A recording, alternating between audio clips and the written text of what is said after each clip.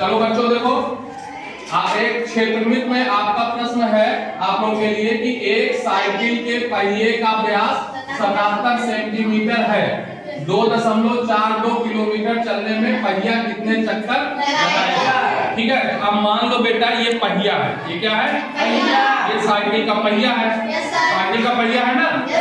अब देखो ध्यान से समझो, आपको व्यास दिया है, व्यास समझ रहे हो ना? ये दूरी क्या कहलाती है? व्यास। व्यास है ना। तो व्यास का आधा आपको क्या मिल गया? त्रिज्या मिल गई ना।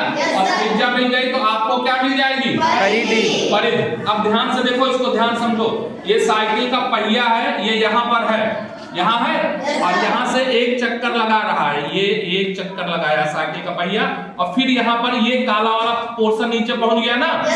अब एक चक्कर में कितनी दूरी तय किया? परिधि के बराबर किया कि नहीं? बोलो।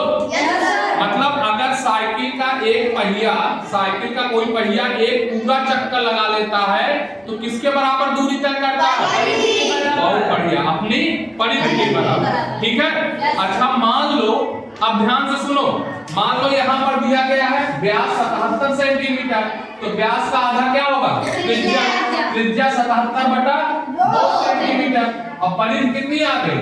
परिधि का सूत्र क्या है? 2 तो इसको हल करोगे, पाई का मान कितना होता है? 22/7 गुणे त्रिज्या 77/2। इसको हल करोगे बेटा, ये आ गया 242 सेंटीमीटर।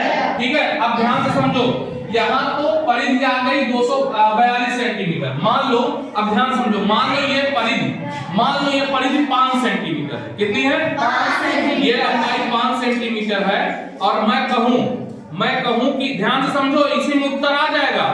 अब मैं कहूं कि ये एक चक्कर लगाने में 5 सेंटीमीटर चल रहा है, अब मान लो इसको 20 सेंटीमीटर चलना है। कितने सेंटीमीटर? एक चक्कर में अपनी परिधि के बराबर 5 सेंटीमीटर चल रहा है, तो 20 सेंटीमीटर चक्कर चलने में किसको कितने चक्कर लगाने पड़ेंगे?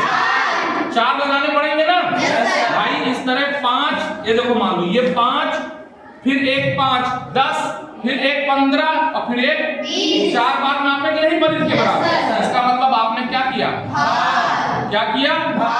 अब देखो यहाँ पर हमको कुल दूरी कितनी दी गई है? 2.4। अब समस्या क्या है? ये किलोमीटर में दिया है, ये किस में दिया है?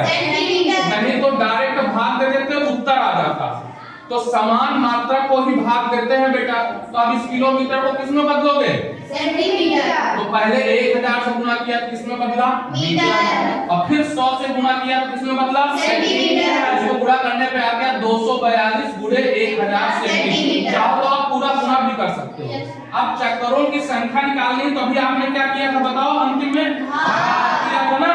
तो ये कुल दूरी से आप 242, ये तो परिधि है, इससे भाग दे दिए तो कट गया 242 कितने चक्कर आ गए? 1000 चक्कर आ गए। समझ में आ गया? बहुत बढ़िया।